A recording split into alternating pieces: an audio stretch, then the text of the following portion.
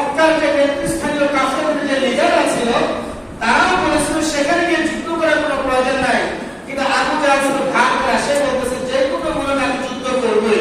তারপর সে কি করলো, সকল কাফের মুশরিকদের সৈন্যবৃন্দ যারা আসলো প্রত্যেককে রাজি করিয়ে সে বদর প্রান্তে নিয়ে গেছে। নিয়ে যাওয়ার পরে তার ভারতে যাওয়ার একটা অবস্থা হলো, তার অবস্থা এমন হলো যে হযরত আব্দুর রহমান বিন আউফ রাদিয়াল্লাহু তাআলা তিনি বলতেছেন বদর প্রান্তে আমি দুইজন নাবালেগ দুজন বাচ্চা দাঁড়ায় আছে, দুজন বাচ্চার পাশে আমি দাঁড়াইলাম, এখানে দাঁড়িয়ে থাকা অবস্থা আমি আমাকে নিরাপদ মনে করলাম না।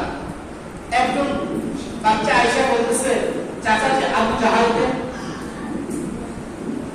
তখন বলতেছে তুমি আবু জাহালকে নিয়ে কি করবা, তুমি ছোট মানুষ, আবু জাহালকে কেন বুঝো? বলতে চাচা আমি আল্লাহর সাথে ওয়াদা করেছি যে বদর যুদ্ধের মধ্যে হয় আমি নিজে শহীদ হব, না হয় আবু জাহালকে জাহান্নামে পাঠাবো। আর একজন পাশে আয়েশা বলতেছে চাচা যে আবু জাহালকে আমাকে একটু দেখিয়ে দিবেন। বলতেছে কেন, তুমি ছোট মানুষ, এত অনেক বড় মানুষ, তুমি কিভাবে তার সাথে দেখতে চাও কেন? বলতেছে আমিও আল্লাহর সাথে ওয়াদা করে আসছি, হয় আমি নিজে শহীদ হব বদর প্রান্তে, না হয় তাকে নিখণ্ডিত করে দিব, কারণ সে আমাদের নবী মুহাম্মদুর রাসূলুল্লাহ সাল্লাল্লাহু আলাইহি ওয়াসাল্লামকে সে অনেক কষ্ট দিয়েছে, সে অনেক জ্বালাতন করেছে, সে অনেক জুলুম করেছে, তাকে আমরা নিখণ্ডিত করে দিব। তখন হযরত আব্দুর রহমান বিন আউফ রাদিয়াল্লাহু তাআলা তিনি বলতেছেন ওই যে একটা লোকটা দাঁড়িয়ে আছে সে হলো আবু জাহাল। তখন তারা কি করলো, এই দুইজন বাচ্চা তারা বীরের মতো তার উপর ঝাঁপিয়ে পড়লো, তার উপর ঝাঁপিয়ে পড়লো এবং তাকে তরবারিতে আঘাত করতে করতে তাকে জমিনের মধ্যে শোয়া হলো এবং তার শরীর থেকে অজস্র রক্ত বের হচ্ছে। এটা দেখার পর হযরত ওসমান, হযরত আব্দুল্লাহ বিন মাসউদ রাদিয়াল্লাহু তাআলা তিনি সেখানে চলে গেলেন। তিনি যাওয়ার পর হযরত আব্দুল্লাহ বিন মাসউদ রাদিয়াল্লাহু তাআলা তার বুকের মধ্যে লাঠি দিয়ে তার কল্লাকে দ্বিখণ্ডিত করে ফেললেন। আবু জাহালের কল্লাকে কি করে ফেললেন? দ্বিখণ্ডিত করে ফেললেন। এটা দ্বিখণ্ডিত করে সে বাচ্চা দুইজনকে নিয়ে এবং কল্লা নিয়ে রাসূল সাল্লাল্লাহু আলাইহি ওয়াসাল্লামের কাছে উপস্থিত হলেন। আল্লাহ রাসূল সাল্লাল্লাহু আলাইহি ওয়াসাল্লাম বলেন আল্লাহু আকবার, আল্লাহু আকবার। আল্লাহ আমাকে যে ওয়াদা দিয়েছেন, আল্লাহ আমাকে যে প্রতিশ্রুতি দিয়েছেন, আল্লাহ আমাকে যে ওয়াদা দিয়েছেন, আল্লাহ তার ওয়াদাকে তিনি পরিপূর্ণ করেছেন। আল্লাহ তোমাদের কল্যাণ করুন, মুসলমানদের বিজয় হয়েছে, আল্লাহ তোমাদের কল্যাণ করুন। তখন আল্লাহ রাসূল সাল্লাল্লাহু আলাইহি ওয়াসাল্লাম বলছেন তাহলে তোমরা চলো তাকে একটু দেখে আসি, আবু জাহাল কিন্তু দেখে আসি। আল্লাহ রাসূল সাল্লাল্লাহু আলাইহি ওয়াসাল্লাম আব্দুল্লাহ বিন মাসউদ রাদিয়াল্লাহু তাআলা ওই দুই বাচ্চাকে নিয়ে ওই আবু জাহালকে দেখতে গেল। যাওয়ার পর আল্লাহ রাসূল সাল্লাল্লাহু আলাইহি ওয়াসাল্লাম বলেন আনা ফিরআউন হাদিহি উম্মাহ, এই উম্মতের ভিতরে শেষ ছিল ফিরআউন। এই জাতির জন্য এই আবু জাহাল ছিল কি ফিরআউন।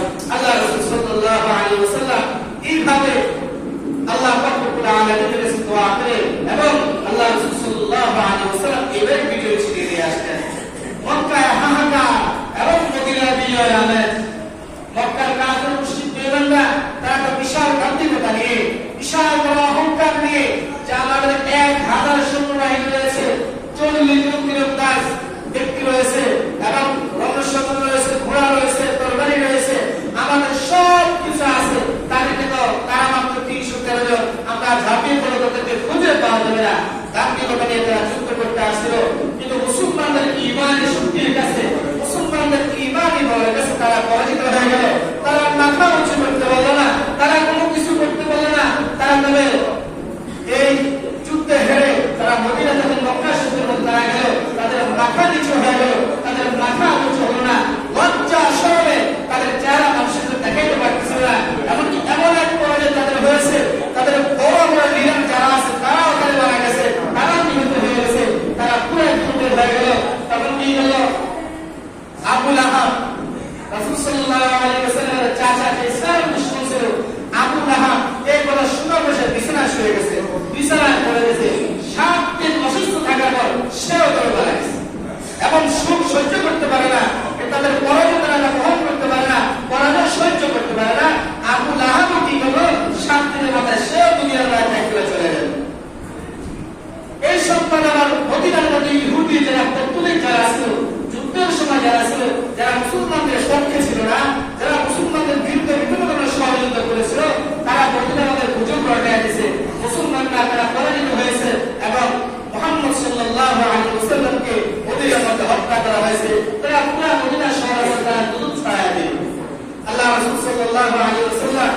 বিজয়ের সুসংবাদে হযরত মুসআব বিন উমার রাদিয়াল্লাহু তাআলা আনহু এবং উবাইদা বিন হারিসা রাদিয়াল্লাহু তাআলা আনহু দুইজনকে পাঠালেন মদিনাবাসীকে শুনিয়ে দাও কাফের মুশরিকদের বিরুদ্ধে আমরা যুদ্ধ করে আমরা জয়ী হয়েছি এই সংবাদটা মদিনার মধ্যে পৌঁছে দাও।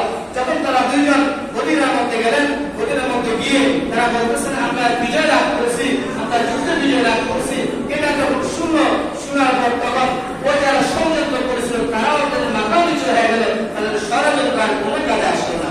ইহুদিরা বিভিন্নভাবে মুসলমানদেরকে বিরুদ্ধে লেগেছিল, বর্তমানেও লেগে আছে, শুধু এখন যে লেগে আছে তা না, শুধু এখন তারা ষড়যন্ত্র করতেছে তা না।